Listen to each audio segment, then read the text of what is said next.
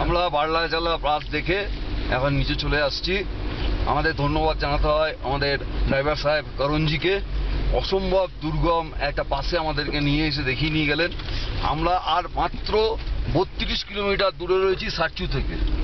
সারচু থেকে আর 32 কিলোমিটার দূরে আমরা বারলাচালা পাস দেখে বারলাচালা ছবি তুলে নিয়ে চলে আসছি। এখন ঘড়িতে 11:50। অসম্ভব ঠান্ডা, বাইরে প্রচণ্ড ঠান্ডা হাওয়া দিচ্ছে। আমরা বেশি সময় বারলাচালার বাইরে দাঁড়াতে পারলাম না। আমরা ব্যাক করে চলে যাচ্ছি আবার কেলংয়ের উদ্দেশ্যে। 6 ঘন্টা লাগবে কেলং পৌঁছতে। এখানে বাইরের টেম্পারেচার প্রায় মাইনাসের কাছাকাছি, ঝুড়ো ঝুড়ো বরফ পড়ছে। যেহেতু এখানে এখনো পর্যন্ত সানরাইজ রয়েছে, পুরো সান রয়েছে, সেই জন্য এখনো আমরা বুঝতে পারছি না কতটা টেম্পারেচার। কিন্তু করণজি বললো এখন বাইরের টেম্পারেচার প্রায় মাইনাসের কাছাকাছি, হাওয়ার টেম্পারেচার। গুঁড়ো গুঁড়ো বরফ পড়ছে ঝিরিঝিরি, চারিদিকে বরফ। তার মধ্যে দিয়ে আমরা এগিয়ে চলে যাচ্ছি নিচে।